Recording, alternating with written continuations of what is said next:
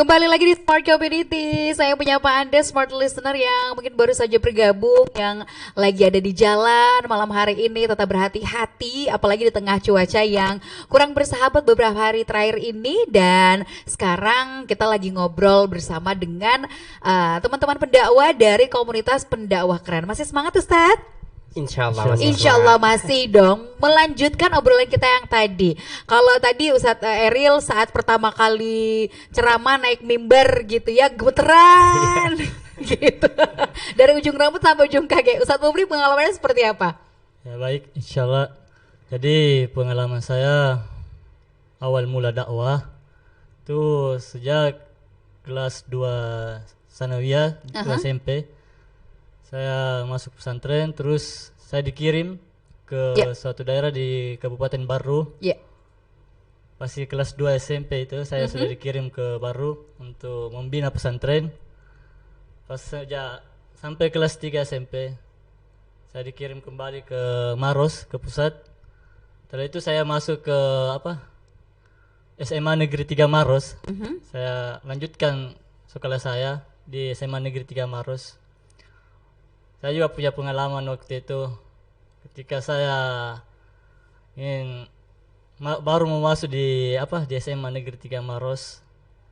Dikiranya saya masuk ke SMA itu tidak melalui tes. Ya, tidak melalui tes. Pada saat itu saya dikerumuni sama guru-guru. Terus dimarah-marahi. Terus ditanya seperti ini, kamu masuk di SMA Negeri 3 ini kamu tidak melalui tes. Ya. Setelah itu saya pergi sholat duhur, melaksanakan sholat duhur. Saya diamanahkan untuk untuk ceramah. Kultum 7 menit. Padahal ini anak baru nih ya, Anak baru datang gini. Hari pertama langsung ya. Hari pertama. Oke. Jadi awalnya itu saya disuruh kultum 7 menit. Dan alhamdulillah di situ mungkin saya juga sudah punya pengalaman. Jadi saya berani untuk naik tampil kultum 7 menit. Saya naik membawakan kultum saya. Pas setelah saya membawakan kultum tersebut. Pas setelah itu alhamdulillah semua guru-guru yang tadi datang sama saya dan lalu minta maaf dan merasa senang. Iya.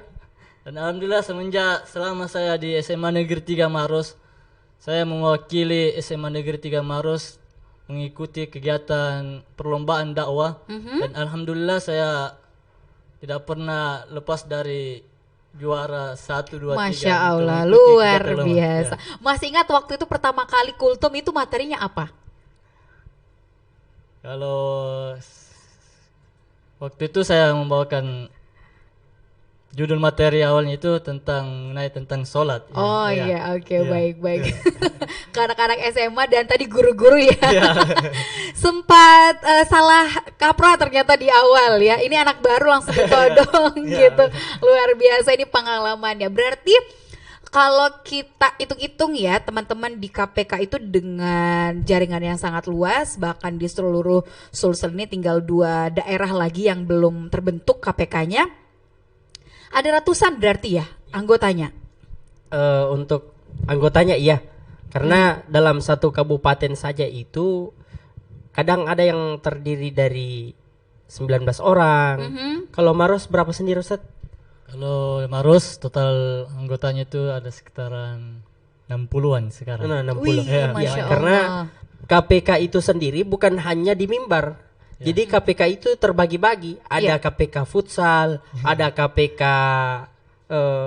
go to school ya. Ada dai school, ada juga dai apa namanya yang dai muda itu Ustaz ya? Dakwah Adventure.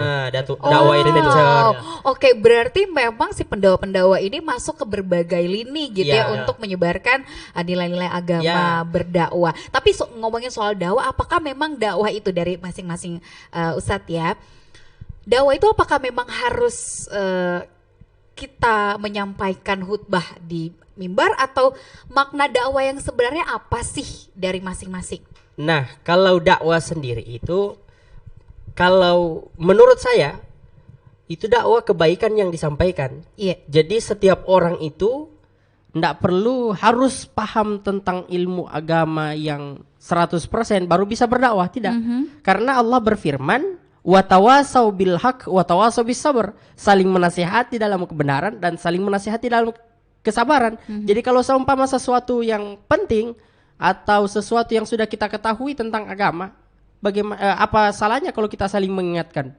Kalau memang itu sudah kebenaran, makanya dibilang fastabiqul khairat, berlomba-lomba dalam kebaikan, saling mengingatkan. Kalau ini salah, ayo kita saling rangkul. Sama juga kalau seumpama ada peminum, ada penjudi, kan tidak monoton kita bilang, kamu masuk ahli neraka, kamu ahli neraka. Tidak, justru kita rangkul mereka karena mereka butuh rangkulan kita.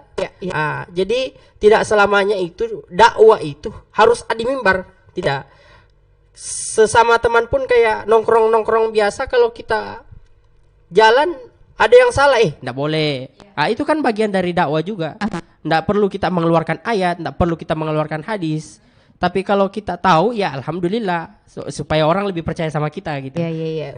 Baik. Jadi mengajak ke kebenaran, Iya, gitu ya, betul. itu bagian dari dakwah. Iya. Walaupun profesinya bukan pendakwah, Iya. gitu ya. Cuman yang agak susah nih, orang kalau ditegur suka ngeyel ya. suka ngeyel.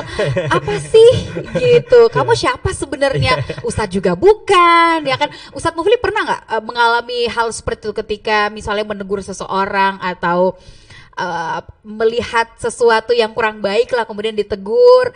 Ada penolakan atau pengalaman unik mungkin? Kalau untuk dari saya, apa ya? Maksudnya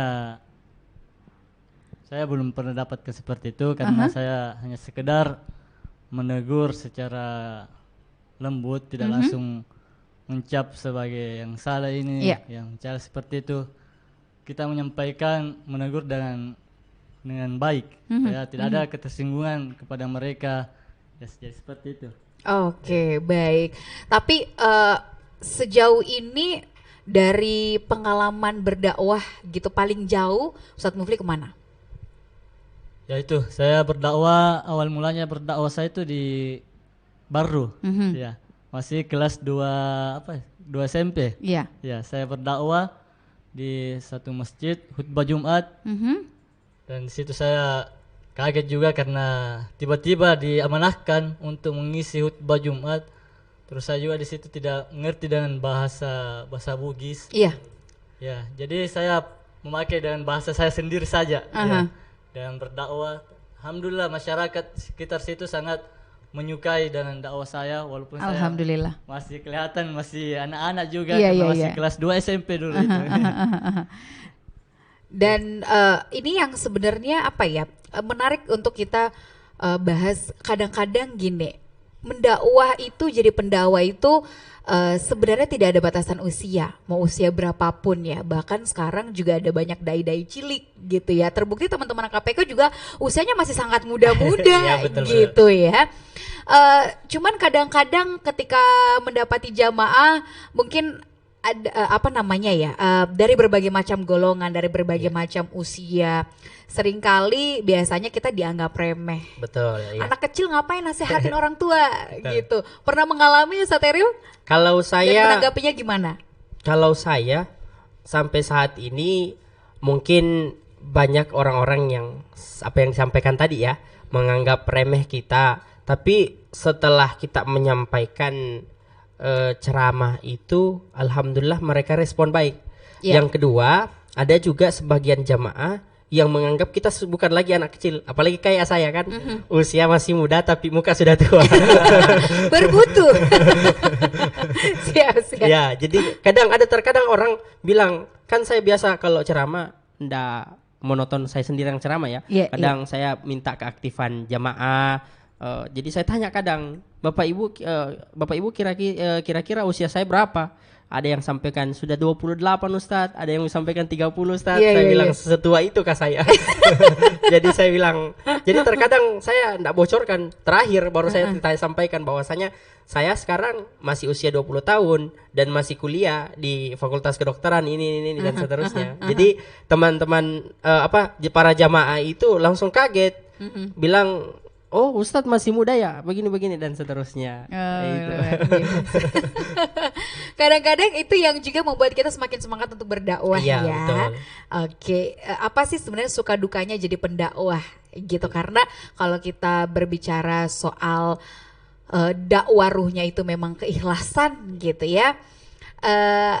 Itu yang biasanya jadi bumerang sih sebenarnya gitu. Apalagi kalau image pendakwah, kalau diundang kemana-mana untuk berdakwah tuh pasti harus ada imbalannya. Di KPK seperti apa sih? Kita akan bahas usai jeda. Smart Listener, jangan kemana-mana.